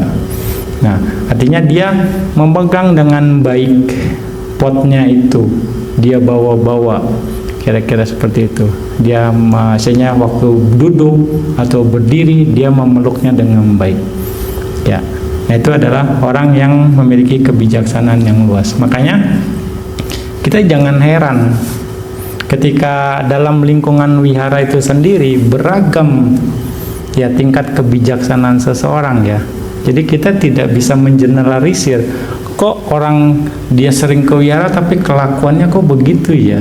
Nah, statement ini harusnya kita perlu koreksi ya, karena kita harus lihat orang per orang tingkat kebijaksanaannya itu.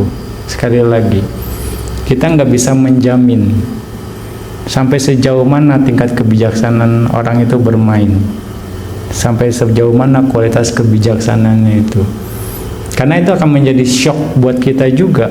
Karena mungkin saja kita juga orang yang sering ke wihara gitu kan. Masa pantaslah orang sering ke wihara seperti itu gitu kan. Nah kayak dia nih sering ke wihara seperti itu. Nah itu kan jadi mengeneralisir kan.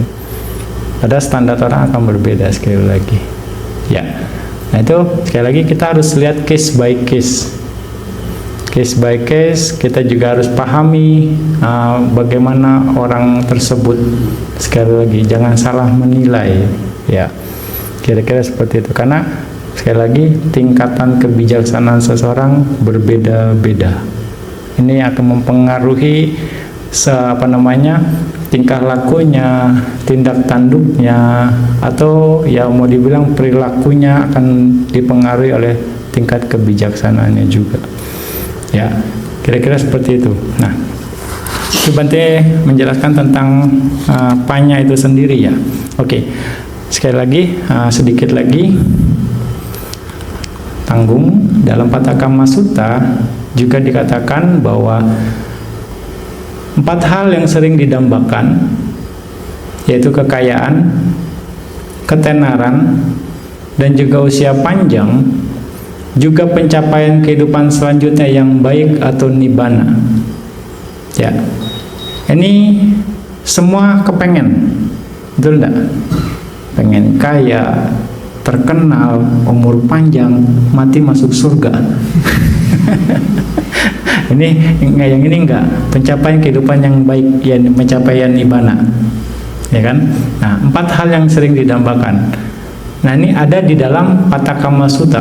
Nah, untuk bisa mendapatkan itu semua yang tadi ya, 4 hal yang akan menuntun ke arah pencapaian atau 4 dambaan tersebut apa saja? Sada, keyakinan terhadap 3 permata. Lalu sila, moralitas. Lalu caga, kedermawanan. Lalu panya, kebijaksanaan yang mampu melampaui kelima rintangan. Sekali lagi, 4 kondisi ini, 4 faktor ini, apapun yang Anda inginkan bisa tercapai. Ya, nih sada, sila, caga, panya. Yang bisa ya, Anda mau kaya, Anda mau terkenal, Anda mau umur panjang, Anda mau mencapai nibbana atau kehidupan yang lebih baik. Sekali lagi, faktor-faktor ini perlu Anda perkuat sekali lagi. Nah, ini di banyak sutta Buddha mengatakan ini. Sekali lagi, sada, sila, caga, dan panya. Nah, panyanya di sini ya, nanti jelasin nyangkut di panyanya ini. Yang tadi kita mengetahui mana yang baik, mana yang buruk, mana yang salah, mana yang tidak salah, mana yang sesuai, mana yang tidak sesuai, mana yang bermanfaat, mana yang tidak bermanfaat. Nah, di sini Panya di dalam Pataka Sutta ini kebijaksanaan yang mampu melampaui kelima rintangan atau pancaniwarana. Kurang lebih sih sama. Ya, 5 rintangan itu ya adalah abija wisama loba, mau dibilang di sini kama tanha. Jadi Anda harus bisa mendeteksi, oh ini kama tanha, ya, keinginan dan ketamakan, ya, yang berlebihan, ya, bisa dibilang. Lalu niat buruk, biapada, ill will. Berikutnya kelambanan dan kemalasan atau rasa kantuk, tinamida. Berikutnya kegelisahan dan penyesalan, udaca kukuca. Berikutnya keraguan-raguan, wicikica, doubt. Ya, Panya di bagian ini untuk bisa mengatasi ini semua. Jadi mau dibilang ini ada sesuatu yang tidak bermanfaat yang Anda harus hindari. Ini ada sesuatu yang tidak sesuai yang Anda harus hindari. Ini ada sesuatu yang tidak baik yang harus dihindari. Ini ada sesuatu yang tidak bermanfaat yang harus dihindari. Apa? Ya, kama tanha, biapada, tinamida, udaca kukuca, dan wicikica. Jadi Anda harus langsung kasih solusi ketika ini muncul. Anda harus langsung action ketika ini muncul. Nah, itu adalah domain dari Panya, mengatasi ini. Oh, muncul misalnya ngantuk. Oh, saya harus fight. Ya kan? Oh, muncul gelisah. Saya harus tenang. Tenang.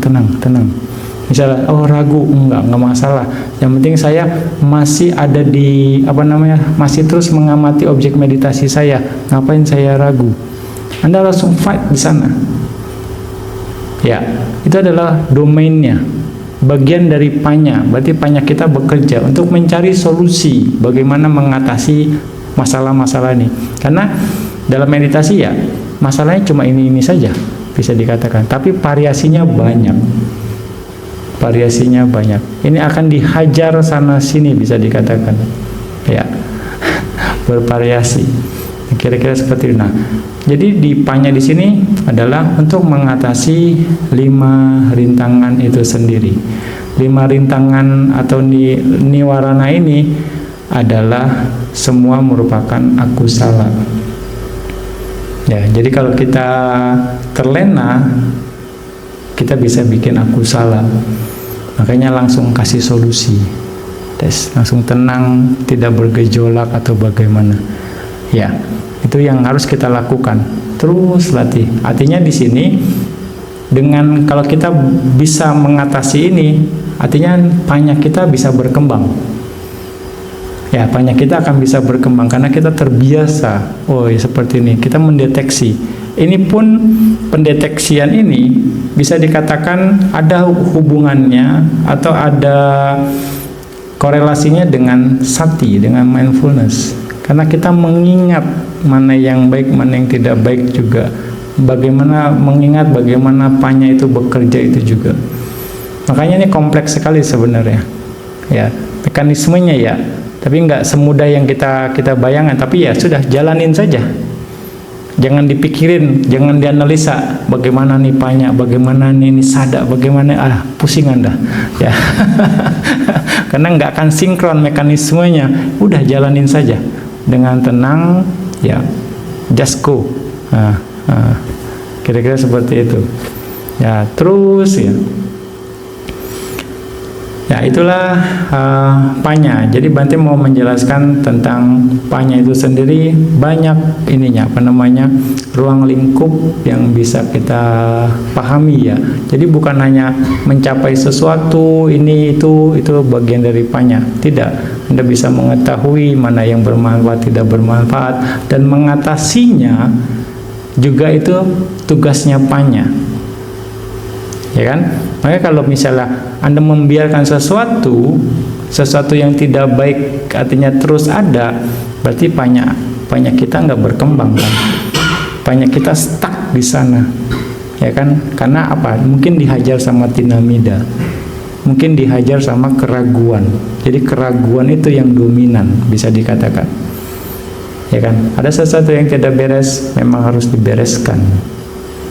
Ya, itulah cara bekerjanya panya. Oke. Berikutnya, Bante teringat satu cerita. Ya, ini mungkin terakhir deh. Terakhir, cerita tentang mungkin Anda juga sudah tahu, familiar dengan ini, Nakula Mata, Nakula Pita. Ada yang tahu? Nggak ada yang tahu. Padahal ini cerita sangat terkenal. Nakula Mata, Nakula Pita itu adalah pasangan suami istri. Suami istri merupakan salah satu murid umat awam Buddha yang terunggul. Ya, salah satunya. Nah, Nakula Mata, Nakula Pita.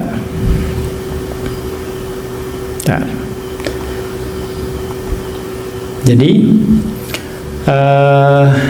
di sini, di dalam sutta ini juga Buddha mengajarkan bagaimana Nakula Mata, Nakula Pita ini bisa bersama-sama sepanjang samsara dalam menyempurnakan paraminya.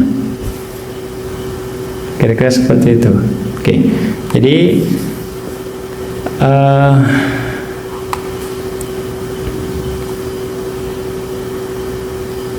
Nakula Mata, Nakula Pita ini tinggal di daerah Susumaragiri di negara bagian Baga. Ya. Lalu ketika Buddha mengunjungi desa tersebut dan tinggal di sana, mereka, Nakula Mata, Nakula Pita ini menemui Buddha. Mereka begitu ketemu Buddha, langsung sujud di kakinya beliau dan bicara ke Buddha, memanggil Buddha sebagai anaknya. Anakku, kenapa Anda lama sekali baru ke sini? Sudah lama tak jumpa. Suami istri ini. Nah, lalu dia bilang bahwa saya ini adalah orang tua Anda di 500 kehidupan. Ya, setelah di 500 kehidupan saya ini jadi orang tua Anda dan juga sering menjadi kerabat Anda, sanak keluarga Anda. Jadi jodohnya sangat kuat dengan Buddha. Kira-kira seperti itu. Jadi begitu ketemu dia langsung manggil anakku. Kayaknya udah lama sekali baru ketemu. Kenapa baru ketemu lagi gitu? Kira-kira seperti itu. Nah, itu dia ada kedekatan dengan Buddha. Ya. Lalu akhirnya dia menceritakan sekali lagi. Nah, ada kondisi-kondisi seperti itu. Dan pasangan ini pernah menjadi orang tua, paman dan bibi dari Bodhisatta dalam banyak kehidupan lampau. Nah, mereka sangat menyayangi Buddha seolah beliau adalah anak mereka sendiri, dan mereka sangat akrab dengan Sang Buddha. Nah, itu ada kedekatan. Nah, makanya ya, jadi bukan sesuatu tanpa sebab, sekali lagi. Nah, mereka menganggap Buddha sebagai anaknya sendiri karena kedekatan 500 kehidupan. Nggak main-main nih, ya kan? Kedekatannya sangat intens, mau dikatakan, sehingga dia langsung panggil anak gitu. Anakku, sudah lama sekali kita nggak jumpa gitu, kemana aja. Nah, oke. Lalu ya, Buddha pun akhirnya ya terus hasilnya mengajari mereka. Nah, ini juga bisa kita lihat dalam kehidupan sehari-hari ya. Kita mungkin bisa jadi merasa dekat dengan seseorang, mungkin juga kedekatannya nih bisa rasa suka atau tidak suka kedekatannya nih, bisa aja kan. Jadi kalau ketemu berantem terus, kalau ketemu nggak suka tiba-tiba, mungkin saja itu mungkin musuh masa lampaunya kita. Ya, bisa aja ya. Atau kita rasanya cocok sama satu orang ini, atau dengan siapa.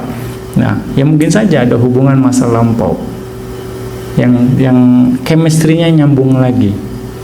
Kira-kira seperti itu. Ya, jadi bukan sesuatu yang tanpa sebab, sekali lagi. Ya, Buddha saja mengalami itu, dan Buddha di banyak tempat juga mengalami seperti itu. Di teks itu diceritakan seperti itu. Ya, jadi dalam Dhamma itu bukan sesuatu yang tidak bisa dijawab. Itu pasti ada kondisinya, kira-kira seperti itu. Ya, kedekatan dengan seseorang. Oke. Lalu mereka berkata kepada Buddha, "Bante, saya sudah memperistri Nakulamata semenjak saya muda. Sejak itu saya tidak pernah melakukan apalagi berpikir untuk menyeleweng. Saya selalu menginginkan Nakulamata. Ya, saya selalu ingin berada di samping Nakulamata, bukan hanya pada kehidupan sekarang, tapi juga pada kehidupan seterusnya dalam mengarungi samsara." Mendengar ucapan Nakulapita, istrinya juga berkata, "Bante, saya ikut bersamanya semenjak saya muda. Sejak saat itu, saya tidak pernah berpaling kepada laki-laki lain. Saya selalu ingin berada di sampingnya, bukan hanya pada kehidupan sekarang, tetapi juga pada kehidupan seterusnya dalam mengarungi samsara." Ya. Lalu Buddha berkata kepada mereka, "Jika suami dan istri yang hidup rukun berharap untuk selalu bersama dalam kehidupan yang akan datang, keduanya harus, yang pertama, setara dalam keyakinan, sama sada, setara dalam moralitas, sama sila, setara dalam kemurahan hati, sama caga, setara dalam kebijaksanaan, sama panya." Ya. Jadi mau jadi pasangan terus juga tetap aja 4 faktor ini penting diperkuat: sama sada, sama sila, sama jaga, sama panya. Kira-kira seperti itu. Ini biasanya muncul di undangan kawinan ini. Ya, berharap terus bersama. Ya, Anda pernah lihat nggak? Pernah dapat nggak? Anda pernah perhatiin nggak ini suta ini? Sama sada, sama sila, sama jaga, sama panya. Ya, ini terus yang dieksplor gitu. Jadi kalau sang suami memiliki keyakinan yang murni, begitu pula layaknya sang istri. Kalau suami memiliki moralitas yang baik, begitu pula layaknya sang istri. Jika salah satu ingin memberikan derma, yang lain harus mendukungnya. Jika istri melakukan dana, suami harus mendukungnya. Jika suami melakukan dana, istri harus ikut berbahagia. kebijaksanaan dan pengetahuan mereka juga harus setara. Ya. Jadi banyak sumber nih ya. Nanti coba explore, memberikan ke Anda bahwa faktor sada, sila, caga, dan panya ini sangat penting. Bahkan mau jadi pasangan pun minimal ini perlu. Anda mau apapun yang Anda inginkan, ini juga diperlukan. Sekali lagi, ingin jadi kaya, ingin banyak pengikut, ingin mencapai nibbana pun, 4 faktor ini faktor yang sangat penting. Jadi ya, sekali lagi, ketika kita berbuat baik, kita berusaha untuk ya memenuhi 4 faktor tersebut ya dengan baik, supaya kebajikan kita bisa jadi maksimal, bisa dikatakan ya, untuk mendapatkan dambaan duniawi maupun pemasuk arus yang tadi. Sekali lagi, ini kenapa Bante angkat ya, karena ini menarik untuk diperhatikan. Jadi memang sekali lagi, jangan hanya untuk berbuat baik, tapi juga Anda coba bisa memahami makna dari sada, sila, caga, panya itu sendiri. Ini bukan wirya, belum diedit ya. Kira-kira sampai segitu ya penjelasan dari Bante. Begitu pentingnya 4 faktor ini dalam kebaikan kita. Jadi apapun yang Anda inginkan bisa tercapai. Salah satunya untuk bisa memenuhi 4 faktor ini. Apapun yang Anda inginkan, mau dari sisi duniawi maupun dari sisi adi duniawi, mau lokia ataupun lokutara. Kira-kira seperti itu. Oke. Sadu. Ada pertanyaan? Ya.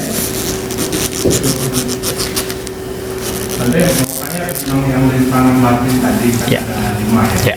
Itu apakah cuma dalam konteks meditasi dong, atau memang dalam kehidupan sehari-hari hidup kita juga berhadapan dengan rintangan? Iya. Pastinya ke sana. Pastinya ke sana. Nah, itu ada di dalam kehidupan sehari-hari. Tapi di sini karena konteks kita lagi meditasi, ini Buddha mengatakan bahwa ini adalah sebagai pancaniwarana. Pancaniwarana ini adalah musuhnya meditator, bisa dibilang musuhnya meditator. Pancabala itu adalah temannya para meditator, 5 kekuatan gitu ya. Nanti apakah misalnya dalam kehidupan sehari-hari itu kita terabaikan? Misalnya itu kan kalau memang ada, berarti kan ikut Ya. setiap saat. Ya. Dalam proses karena tidak panyanya tidak terdetek, Ya. itu kan jadi kecenderungan. Ya, betul. Begitu masuk meditasi itu sangat mengganggu kan. Betul. Dan saya kepikiran apakah ketika dalam kan di luar jadwal meditasi, panyanya kita tingkatin ke 5 rintangan itu, Oke. maka akan mendukung untuk misalnya kondisi meditasi. Sedikit banyak akan mendukung saat ini.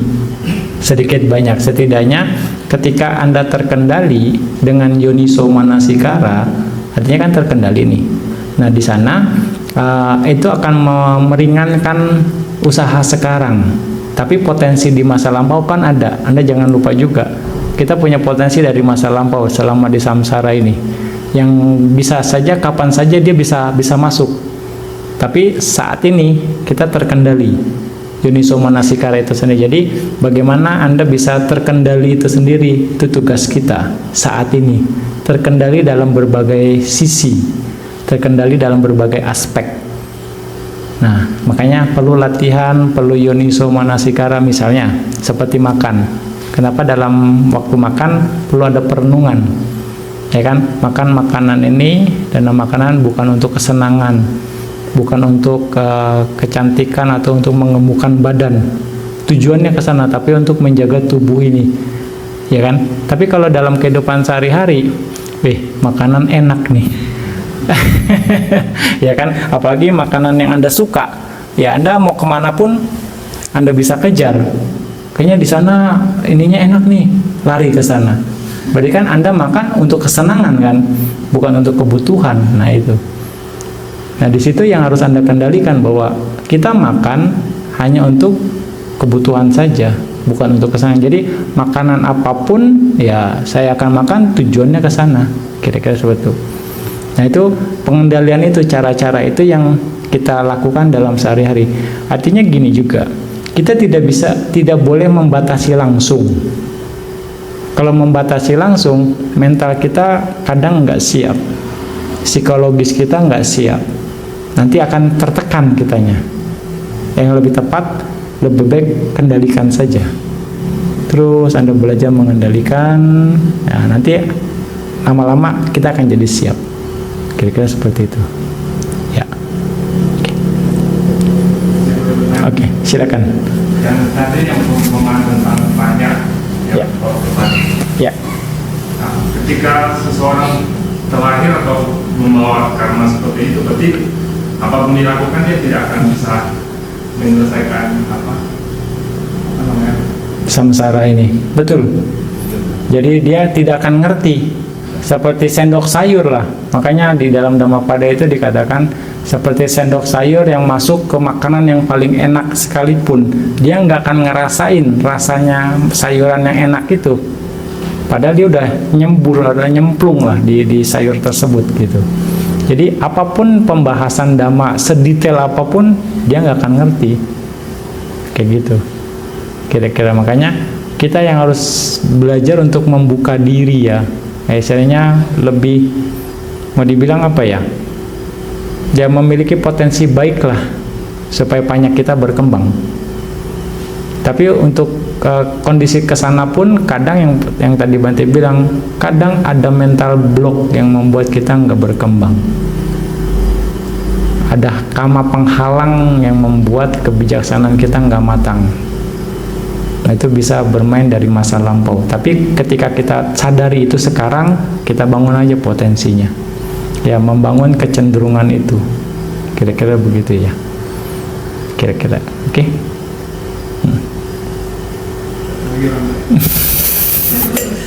Oke.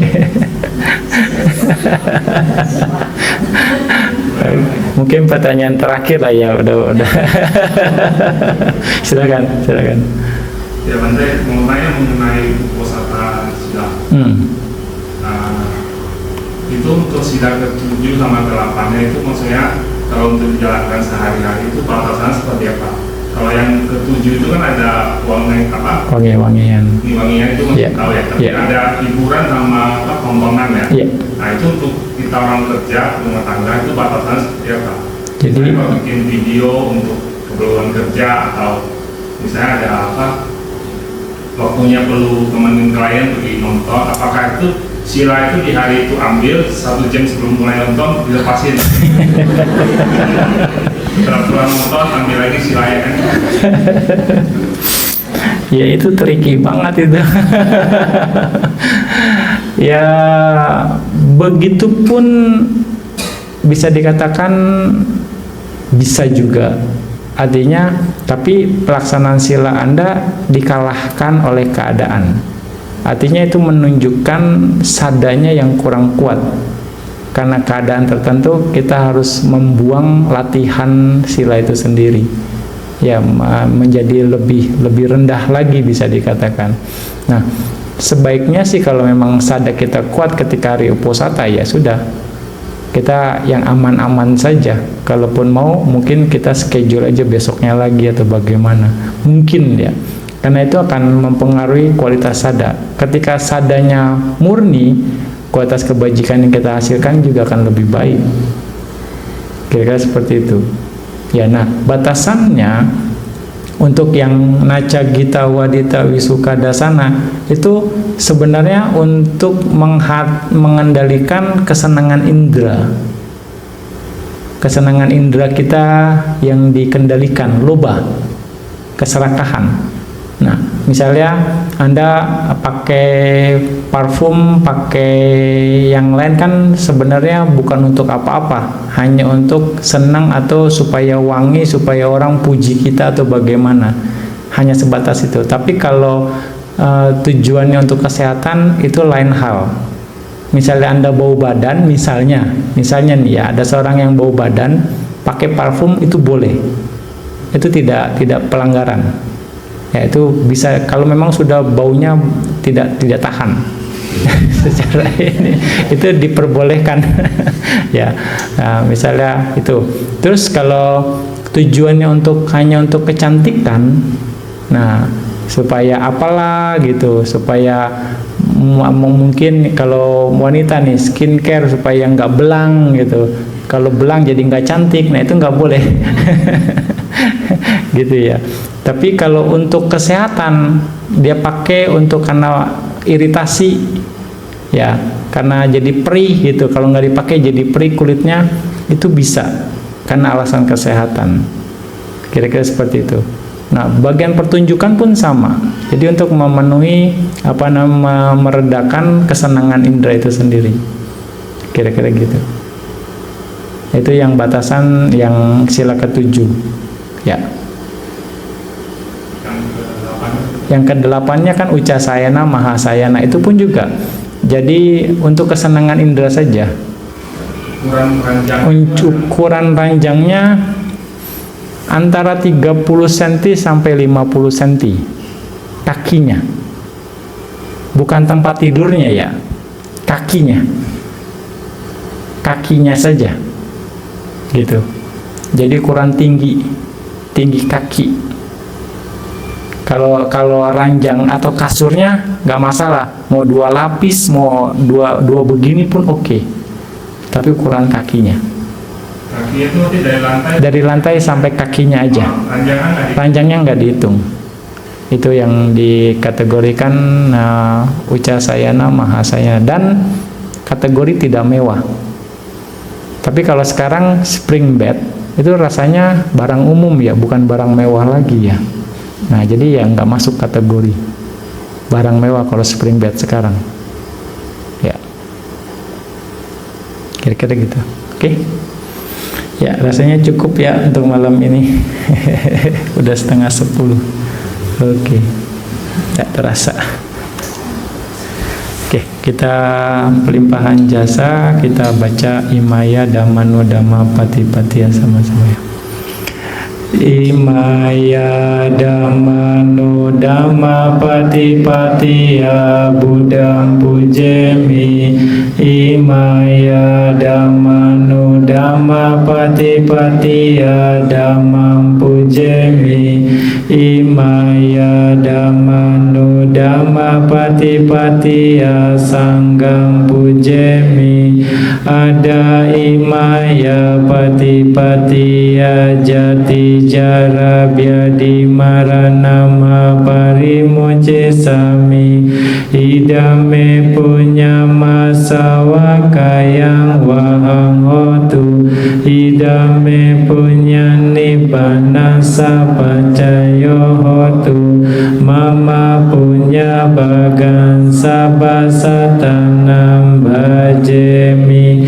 Tesa beme samampunya bagan labantu. Sadu, sadu, sadu.